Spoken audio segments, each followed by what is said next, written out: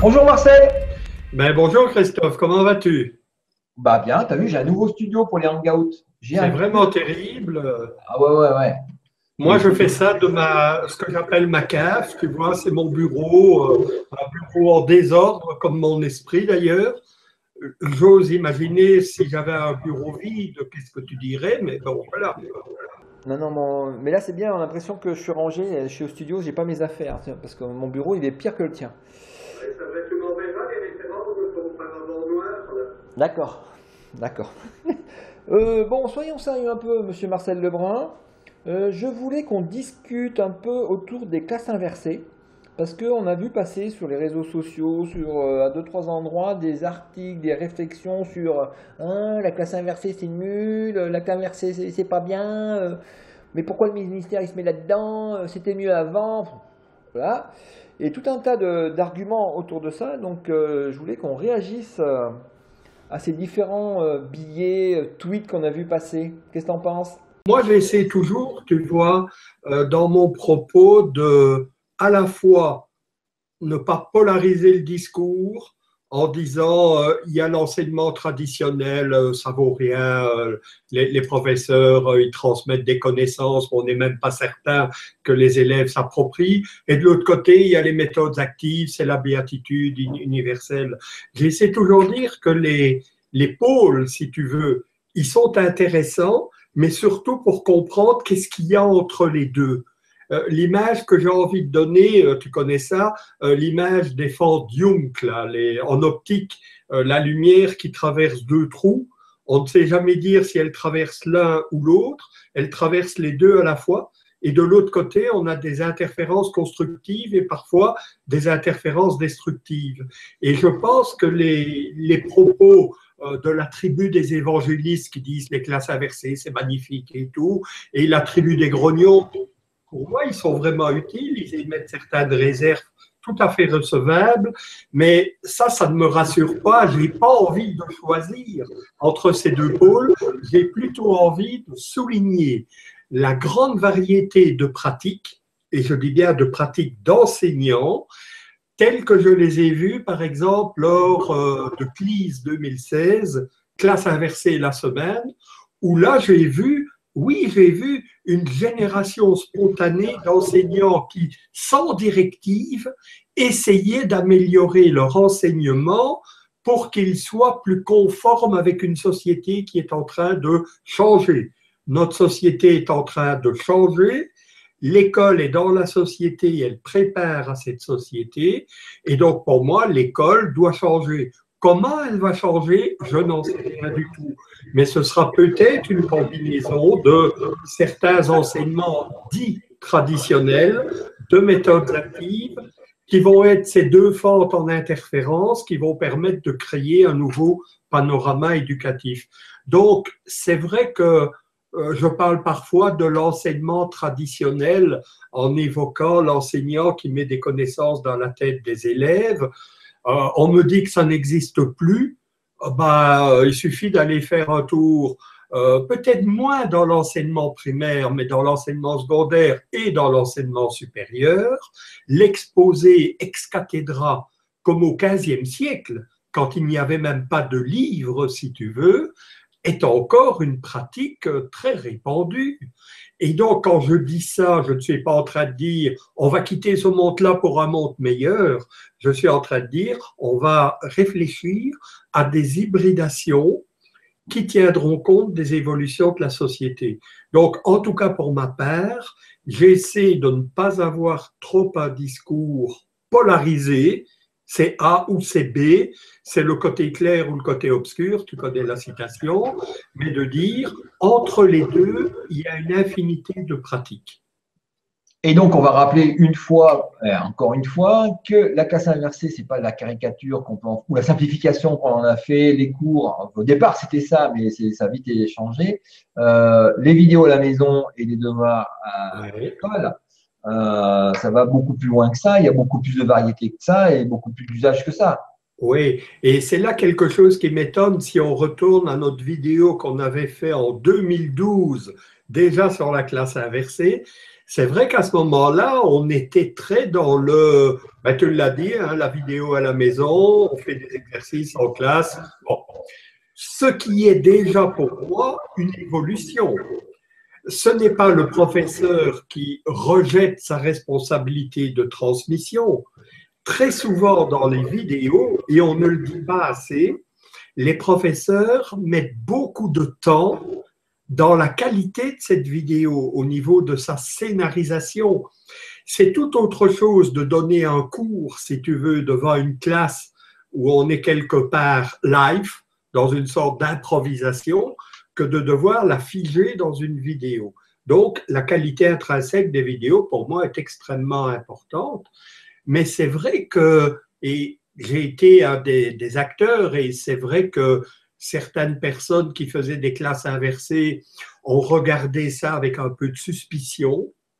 Quand j'ai dit, mais la classe inversée, c'est quand même pas que des vidéos du prof qu'on regarde à la maison, ça peut être des tas d'autres choses, un extrait documentaire d'une émission de télévision, un journal télévisé, un avis d'un expert dans une émission scientifique, que sais-je, de manière à privilégier le temps de la classe, de la rencontre, pour faire des activités que j'ai appelées des activités avec des compétences de plus haut niveau, si tu veux.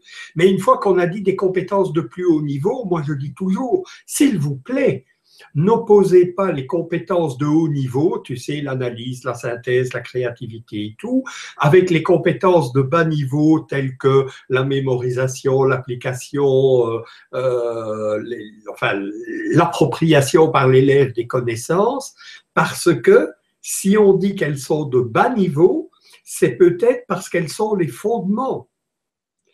La seule chose qu'on fait, c'est déplacer cette partie narrative, si tu veux, expositive, l'exposer, en dehors de la classe, pour que l'enseignant puisse quelque part se dédoubler en ayant un effet en dehors de la classe et en ayant un autre dans la classe qui est plus un effet d'accompagnement. On sait très bien que dans la classe, il y a des élèves qui ont envie d'avancer plus vite.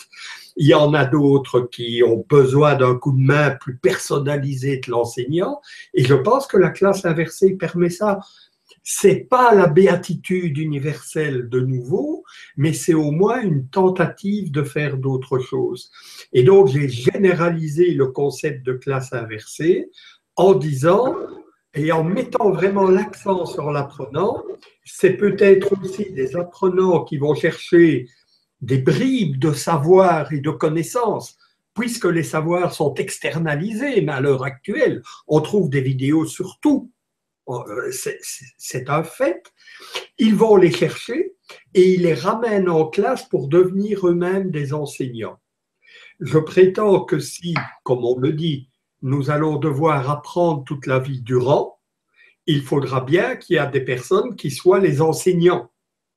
Et les enseignants, ce sera les mêmes.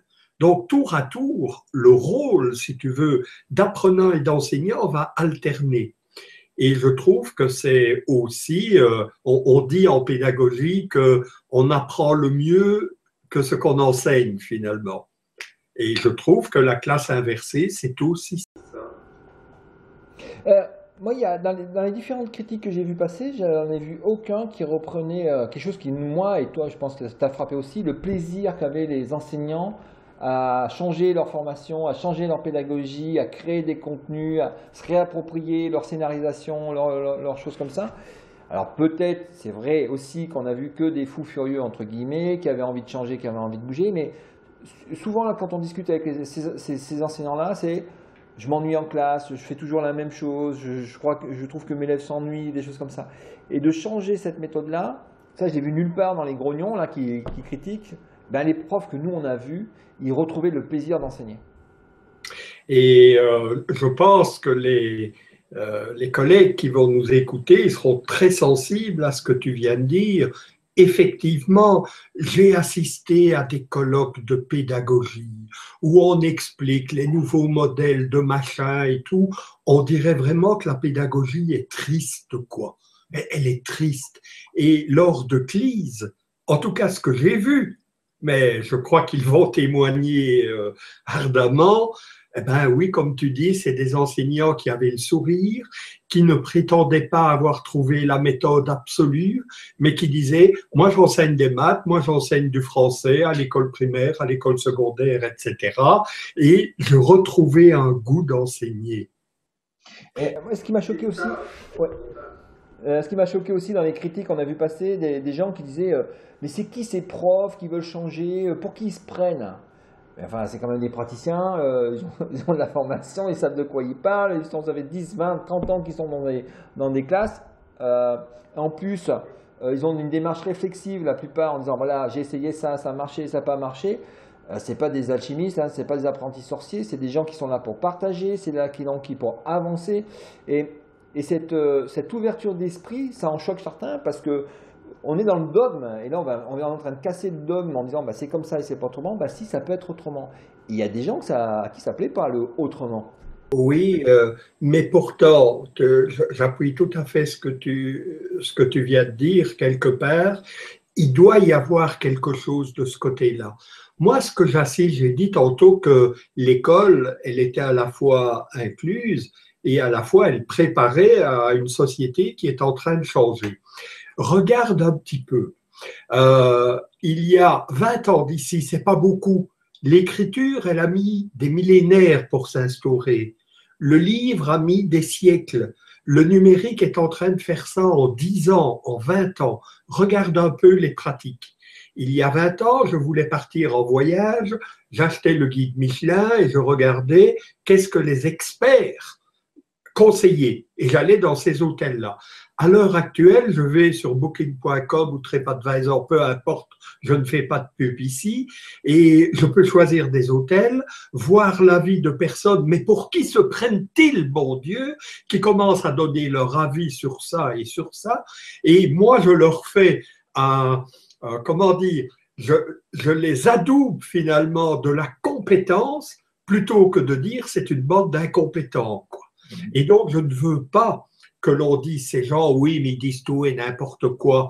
Moi, utilisateur, je suis capable de voir quel est le propos où j'ai envie de dire, bah, il a eu un coup de malchance, il n'est pas bien tombé, ou un avis qui est beaucoup plus argumenté. Je suis capable de le voir.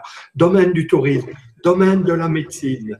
Des doyens de faculté de médecine me disaient que les généralistes leur disaient qu'un patient sur deux, il y a 20 ans, il disait, docteur, je ne sais pas ce que j'ai mal là, etc. Maintenant, il arrive chez le médecin en disant, docteur, je crois que j'ai attrapé, et il signe les mots exacts. Et le médecin lui dit, n'allez pas trop vite, mon ami, je vais vous interroger. Conclut la même chose que le patient. Et quand le médecin attend l'ordonnance, il regarde et il dit, ah mais non, docteur, ça ne se peut pas prendre. Est-ce que tu te rends compte qu'on est dans une société comme ça, où de plus en plus, on va aller vers l'émergence? Ce n'est pas seulement du top-down, la pyramide qui se disent, mais qu'est-ce qui est en train de passer à la base? Ce n'est pas seulement du bottom-up, où finalement on dirait power to the people, quelque part, ou quelque chose comme ça. On assiste à une horizontalisation, j'appelle ça parfois une ubérisation. Et cette ubérisation, elle va toucher le domaine de l'éducation. Tôt ou tard, il y a des sociétés. Tu sais, Alibaba, c'est le plus grand magasin du monde, ils n'ont pas de stock. Je prends Uber, c'est une grande société de taxi, ils n'ont pas de véhicule. Nous allons avoir des sociétés, et le risque est grand, privées qui vont aller chercher les ressources à gauche et à droite et qui vont proposer aux jeunes qui sont là des programmes de formation. Nous allons aller vers cette ubérisation. Et moi, j'ai toujours dit face à ça, l'école au sens large, primaire, secondaire, supérieur, elle a ceci d'unique, c'est que c'est un lieu où les gens vont se retrouver en présence. Et s'il vous plaît, ne gâchons pas la présence pour faire des choses qui peuvent très bien se faire à distance, voire être automatisées. Les étudiants, parfois, ils disent expliquez-nous des choses qui ne se trouvent pas sur Google, tu vois. Et je pense que le rôle de l'enseignant, ça va de plus en plus être celui-là. Donc, je ne suis pas trop étonné d'une émergence, finalement, d'enseignants qui bien sûr ont eu des cours de pédagogie, qui bien sûr vont voir les méthodes une telle et une telle sur des blocs, qui bien sûr se font une idée par rapport à leur cours, par rapport à leur école, par rapport à leur contexte, de ce qu'ils doivent mettre en place. Et ils ont ceci d'unique, c'est qu'ils expérimentent. Ils partagent avec des pairs via les blogs, les réseaux sociaux et toutes ces choses-là. Ils valident leurs expérimentations. Ils les font partager à d'autres. Mais bon Dieu, qu'est-ce que vous voulez de plus pour un enseignant qui non seulement essaie d'améliorer sa pédagogie pour être plus en accord avec la société et qui en plus va travailler dans un collectif qui s'enrichit horizontalement. Quand j'étais à Cluse, à Créteil, nous avions des personnes du ministère, etc., qui venaient et elles avaient aussi un sourire vraiment magnifique et elles m'ont dit, ben, vous savez, les classes inversées, ça a l'air de bien démarrer. Pour une fois qu'il y a quelque chose qui a l'air de stimuler les enseignants dans l'enseignement, ben, on va quand même les encourager. Et qui me disait, vous savez, on vient ici pour apprendre. Ça, je trouvais génial que des personnes qui sont quand même dans le top, qui sont des experts, de grands pédagogues, de grands médecins et tout, disent, ben moi j'ai un autre rôle que de faire ce qu'on trouve sur Internet. Moi, je suis un humain numérique, et donc je dois offrir des services que des robots ne peuvent pas encore vraiment offrir. Peut-être tu me diras, attends un petit peu, je suis d'accord avec toi, mais en tout cas pour l'instant, je pense que c'est ça la richesse. Vous les appelez classe inversée, renversée, translatée, machin. Je dis, elles sont à l'intersection des référentiels de compétences, parce que ce n'est pas les classes inversées qui ont inventé les compétences de haut niveau, etc. Elles essaient d'y atteindre le mieux possible. Elles sont au courant des méthodes actives, depuis le temps qu'on nous parle des méthodes actives, les problèmes, les projets, les groupes, et elles sont aussi au courant du numérique, qui n'est pas qu'une affaire d'outils, mais qui est une affaire de comportement, d'attitude, de mentalité. Donc, je trouve que c'est de l'expérimentation, mais de l'expérimentation réfléchie qui nous indique probablement dans quel sens va aller l'école. J'ai vu passer aussi, on a parlé là d'Uber et des choses comme ça. J'ai vu passer un mot, je ne sais plus où. Les plus ardents défenseurs de la classe inversée sont aujourd'hui les startups. Moi, je connais pas mal le monde des startups, j'en connais quand même pas mal dans le monde de l'éducation.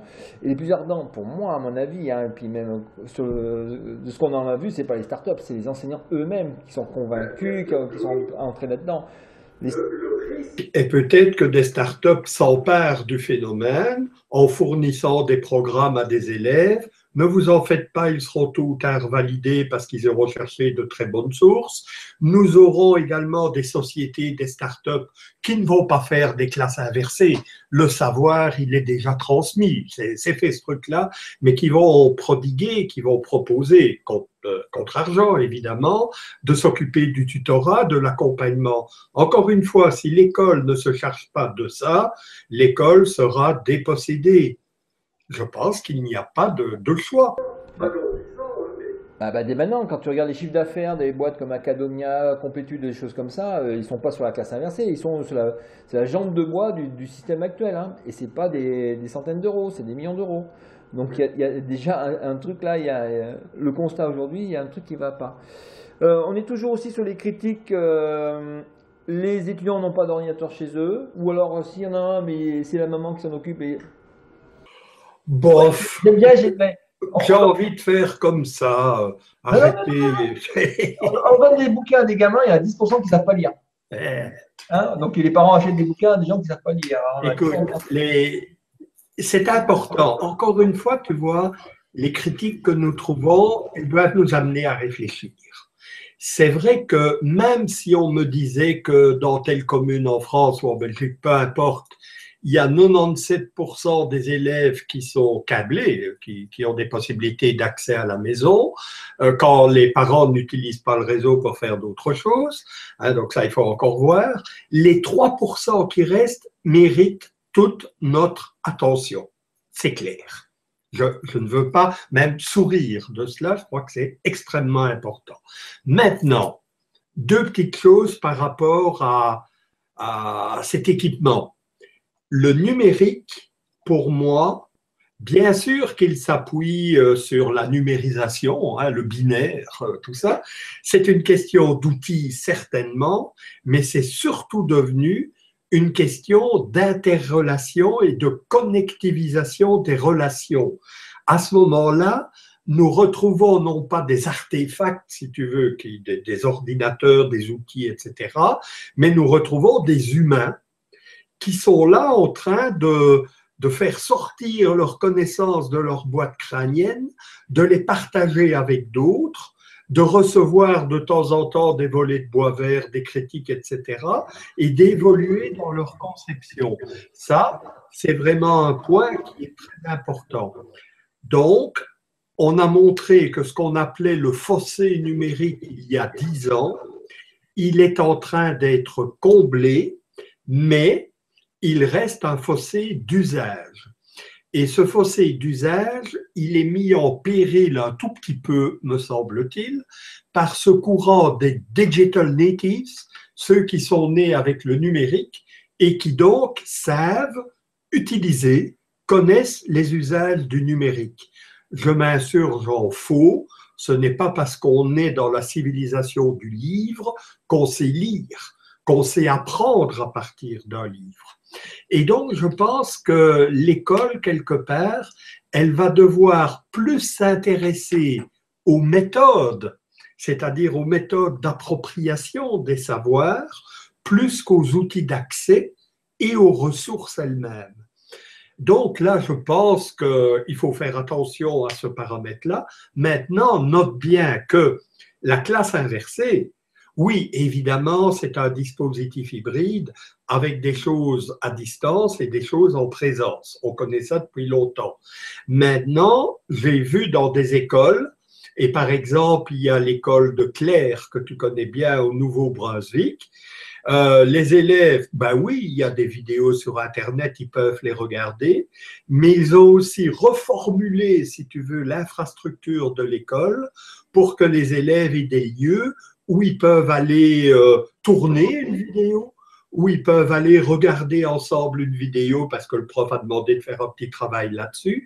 Et donc, la classe inversée, c'est pas tellement une inversion par rapport au savoir qui se trouve à distance, mais c'est un fait, aux relations qui se trouvent à distance, parce que de plus en plus, regarde ce que nous faisons maintenant, nous interagissons et fort bien. Il n'y a rien de technique là-dedans, c'est deux humains qui se parlent, voilà. Et donc, je pense qu'on peut aussi concevoir une classe inversée dans les comportements, dans les attitudes, où le professeur renonce quelque part à donner lui-même les savoirs parce qu'il trouve intéressant que ce soit les enfants qu'ils aillent les chercher eux-mêmes. Tu vas me dire, oui, mais à quoi ça sert qu'ils aillent chercher eux-mêmes, etc. Mais parce que l'école est à l'envers par rapport à la société. L'école actuelle, elle est à l'envers. Qu'est-ce qu'on fait à l'école? On veut donner cours, le prof donne cours, et ensuite on donne des exercices et des problèmes. Dans la vie courante, tu rencontres les problèmes, tu as des besoins, tu veux comprendre quelque chose et tu vas chercher le savoir ensuite. Est-ce que tu vois que là, il y a quand même une orientation, un renversement majeur, mais qui peut très bien se faire sur l'ordinateur familial ou à ce que j'imaginais être le développement des CDI, finalement, au sein de l'école elle-même, tu vois. Et donc, je crois qu'il ne faut pas aller trop vite en disant la classe inversée, c'est des vidéos dehors et puis on en discute pendant, mais c'est un tas de pratiques, c'est un espace de liberté dans laquelle, je pense, notre seule limite, c'est notre imagination. Bon, eh ben on a fait le tour, Marcel. Hein. Les petits points que j'avais notés là, de nos grincheux là, habituels. Oui, bah, écoute, tu sais, ce n'est pas de moi. Michel Serres appelle parfois ceux qui ont du mal ou sont plus réfléchis par rapport à l'innovation. Michel Serres les appelle parfois les grognons. Ouais, bon, ouais, voilà, je l'ai entendu dans des conférences dire ça. Tu sais qu'il y avait un grognon célèbre, et pourtant il est resté dans la postérité, c'était Socrate. Socrate, il se méfiait du livre. Il se méfiait, pas du livre, excuse-moi, il se méfiait de l'écriture. Parce qu'il disait que le fait d'écrire sa pensée était réductrice. Ben, le livre est quand même, enfin, l'écriture s'est développée, il a fallu du temps. Le livre a pris le relais.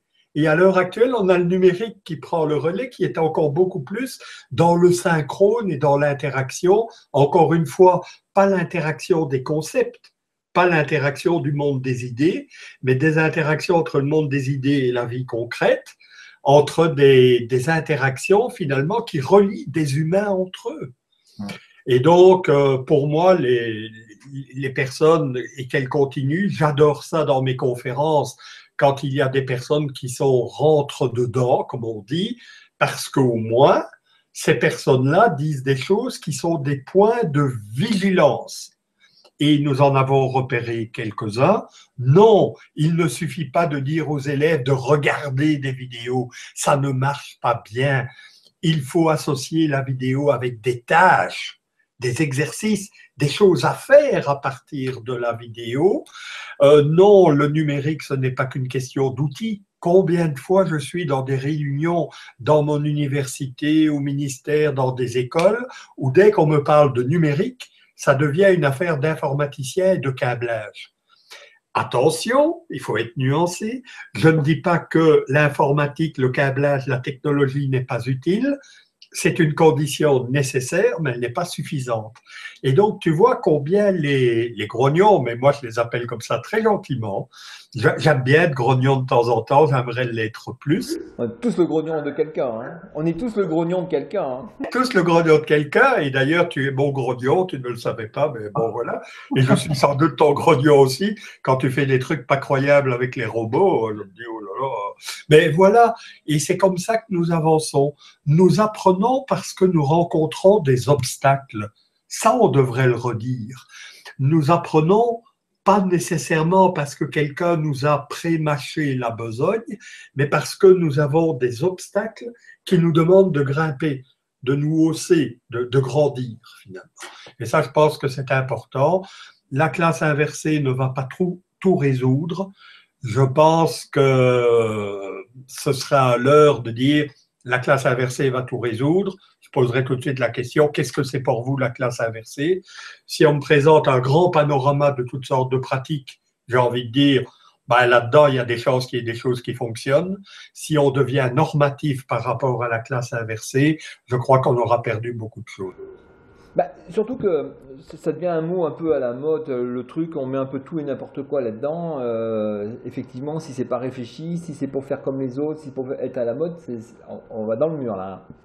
Dans le mur. Et donc, quand les personnes disent que la classe inversée, ça doit se réfléchir, ça doit se scénariser, il faut tenir compte des éléments didactiques, j'applaudis à deux mains, mais je fais confiance aux enseignants, je fais confiance aux apprenants aussi, en ne voulant pas dire « Oh, mais vous êtes des incompétents, vous n'y arriverez jamais ». J'ai envie de leur dire « Vous êtes compétents et ensemble, on va construire des choses remarquables ». C'est une bonne conclusion, ça. On va arrêter là-dessus peut-être, Marcel. Ben, pour aujourd'hui, oui. Pour aujourd'hui, oui, certainement. Donc voilà, ces quelques éléments. Je crois qu'il faut aller voir les pratiques. Il faut être sur les réseaux, aller voir qu'est-ce que les enseignants racontent, les questions qu'ils posent, etc. C'est de là que nous allons créer une sorte d'intelligence collective, finalement. D'accord. Eh ben merci Marcel, à la prochaine. Ben, à la prochaine, Christophe. À bientôt sur le web.